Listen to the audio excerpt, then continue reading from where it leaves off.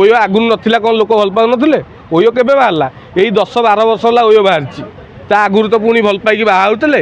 କିନ୍ତୁ ଏବେ ଆଜିକାଲି ଯୁବପିଢ଼ିଙ୍କର ଭଲ ପାଇବା ମାନେ ସେକ୍ସ ଧୋକା।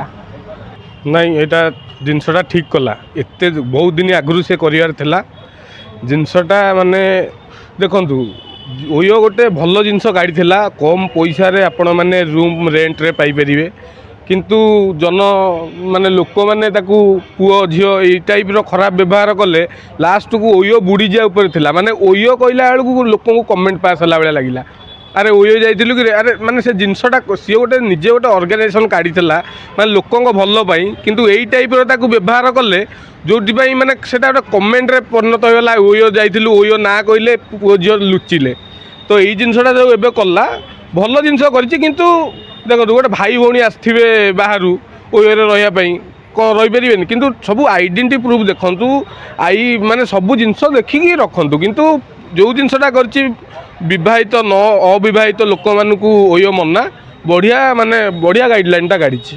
ଆଜ୍ଞା ଯେଉଁମାନେ ତ ବିବାହିତ ସେମାନେ ତ ଘରେ ରହିବେ, କିନ୍ତୁ ଓୟୋ କାହିଁକି ଯିବେ? ଆରେ ସେଇଟା ତ ଠିକ୍ କଥା। ଓୟୋ ଲୋକ ଯାଉଥିଲେ। ଓୟୋ ଯିଏ ଆସିବ ଗୋଟେ ବାହାରୁ ଆସିବ ଭୁବନେଶ୍ୱରରେ ରହିବା ପାଇଁ, ସିଏ କ'ଣ ଘରେ ରହିବ? ଆସିଛି ସିଏ ଓୟୋରେ ରହିବ କମ୍ ପଇସାରେ। ବାହାରେ ତ ହୋଟେଲ ସବୁ 2000, 2500, 3000। ଓୟୋରେ ଟଙ୍କା 500, 700, 1000 ଟଙ୍କାରେ ତାକୁ ରୁମ୍ ମିଳିଯାଉଛି, ସିଏ ରହିବ। ଆଉ ଖାଲି କ'ଣ ଓୟୋରେ ଯାଇକି କ'ଣ ଖାଲି ଏଇସବୁ କାମ ପାଇଁ ଯାଆନ୍ତି?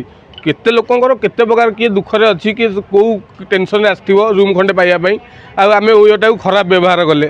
ତ ସିଏ ଗାଇଡ଼ଲାଇନ୍ ବଢ଼ିଆ ଜିନିଷଟା କାଢ଼ିଲା। ତାହେଲେ ଯୁବପିଢ଼ିମାନେ କ'ଣ କରିବେ? ଯେଉଁମାନେ ଓୟୋ ଯାଉଥିଲେ ଆଗରୁ, ଏବେ ତ ଓୟୋ ମନା ସେମାନଙ୍କୁ। ଫାଷ୍ଟ ଜିନିଷ ହେଉଛି ଓୟୋ ଯିବ କ'ଣ ପାଇଁ? ଓୟୋ ଏସବୁ ଜିନିଷ ପାଇଁ ମାନେ ଓୟୋ ବାହାରି ନଥିଲା। ଓୟୋ ବାହାରିଥିଲା ଲୋକ କମ୍ ପଇସାରେ ଭଲ ରୁମ୍ ଖଣ୍ଡେ ପାଇବେ। ତା'ର ମେନ୍ ମୋଟିଭ୍ ଥିଲା ଏଇଟା। ପିଲାମାନେ ତାକୁ ମାନେ ସିଏ କିଛି ଗାଇଡ଼ଲାଇନ୍ କଲାନି, ଏମାନେ ସବୁ ଖରାପ ମାନେ ବାଟରେ ୟୁଜ୍ କରି କେତେ ଓୟୋ ରୁମ୍ରେ କେତେ ପିଲା ରସି ଦେଇକି ମରିଛନ୍ତି, କେତେ ପିଲା ବିଷ ଖାଇକି ମରିଛନ୍ତି। ଏଇ ମାନେ ଝରା ଫୁଲ ସିଏ ଓୟୋରେ ସେଇଭଳିଆ, ସିଏ କ'ଣ ହେଲା ତାର ଡେଥ୍ ହେଇଗଲା।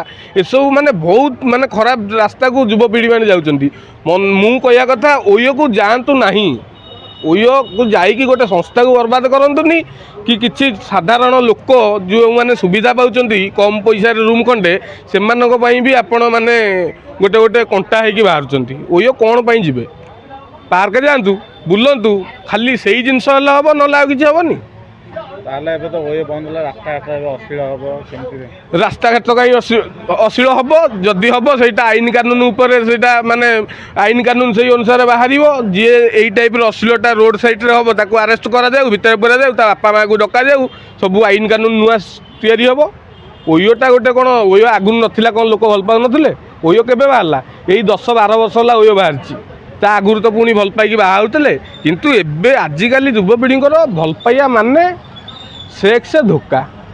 ସେଇଟା ଗୋଟେ ତାକୁ ଗୋଟେ ନିଆଁରେ ଘିଅ ଦେଲା ଭଳିଆ ଓୟୋ ରୁମ୍ ଗୋଟେ ମିଳିଗଲା। ଗୋଟେ ବିନା ଆଇ କାର୍ଡ଼, ବିନା ଆଇଡେଣ୍ଟିଟିରେ ଗୋଟେ କମ୍ ପଇସାରେ ଓୟୋ ମିଳିଗଲା।